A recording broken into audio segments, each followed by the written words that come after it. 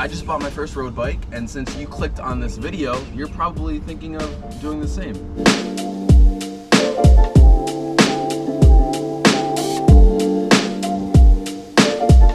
If you're like me, you don't know much about bikes, but if you're also like me, you know that you enjoy riding them. I have 4 tips for people just like you who want to buy their first road bike. Let's get started. Step 1, asking yourself what your goal is. I bought my first adult bike in 2019 right before I attempted my first sprint triathlon. It didn't go very well. Ask me why in the comments below. I needed a bike for that triathlon, so I bought a hybrid bike, one that is meant to be used for casual rides and commuting. I wound up continuing to bike well after that 2019 triathlon. I go on long rides with my friend Juan, but I would usually wind up using his spare road bike instead of using my hybrid bike. That's when I started playing around with the idea of buying a road bike of my own. Fast forward to 2021 and I did another sprint triathlon, and this time I used Juan's spare road bike in the bike portion of the race. That triathlon experience was much better than the first. Hey Juan. Let me get my glasses on. Okay, get your glasses on. Yeah. Did we finish? Mitch. This time we actually earned these.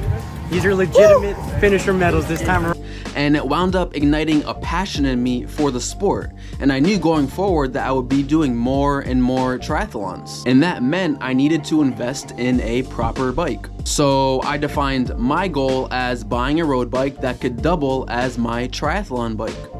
Step 2, do a little research. Like I said before, I'm no bike expert. I'm still very new to the sport. I mean, I don't even have proper bike attire yet. Nevertheless, you want to do some research before you start your journey of purchasing a bike. It's important to understand the range of bikes available and the enormous gulf in prices. That way, you're not shocked when you step into a bike shop for the first time. In terms of some research you can do right now here on YouTube, I would suggest the Global Cycling Network. They have some really solid videos for beginner bikers that could be useful for you. You should also visit the websites of the big bike brands. I'm talking brands like Trek, my bike is Trek, Cannondale, Giant, and Canyon.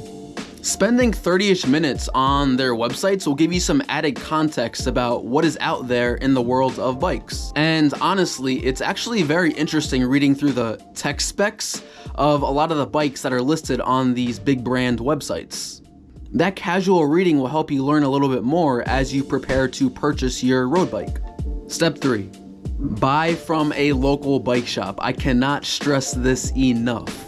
If you're truly serious about purchasing a road bike, you don't want to buy something from a Walmart or a Target.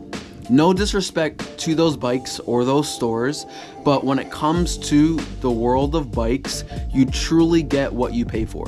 And if you want a quality bike, you need to buy from a quality bike brand, and your local shop will have those options available to you. Now, to be honest, I was actually very terrified before walking into the bike shop where I wound up buying my bike, because as you know already, I don't know much about bikes and I did not want to get ripped off. But if you're buying from a local bike shop, I truly, genuinely believe that the merchants there don't have some insidious ulterior motive to rip you off. I mean, they're a local business. At the end of the day, they want to build a relationship with you. Also, the personalized service you get at local bike shops is crucial for beginners like me and you. As long as you're honest about what you're looking for and what your budget is, the experience of buying at a local bike shop is actually really cool. The shop will help you figure out what bike size you are. They'll give you a detailed rundown of all the bikes in your price range, as well as their pros and cons. And you'll also get fitted once you purchase your new bike. This is footage of my fitting session. I learned how to clip my shoes into my pedals, which it's kind of hard, to be honest. It took me a little bit to finally get the hang of it, which is a little bit embarrassing to admit, but it's reality, so I'm telling you. My seat was also adjusted according to my height, and my handlebars were adjusted according to my current body mechanics. Also, I can't forget this. More often than not, the people working at local bike shops are experts. And way before you walk out of the door with your new bike, you're going to learn quite a bit from being around them and having them show you around the shop and help you learn more about the bike that you're about to buy. You can't get that same experience if you're buying a bike online. Step 4, be prepared for additional costs. One of the sobering aspects of buying a road bike are the extra costs. If you're ultra new to the sport, this might be a surprise for you, but when you buy a road bike, it's not completely finished. It's an incomplete product, so to speak. On top of the actual bike, you also need to buy pedals. Yes, pedals. Most road bikes do not come equipped with pedals, so you have to buy extra ones.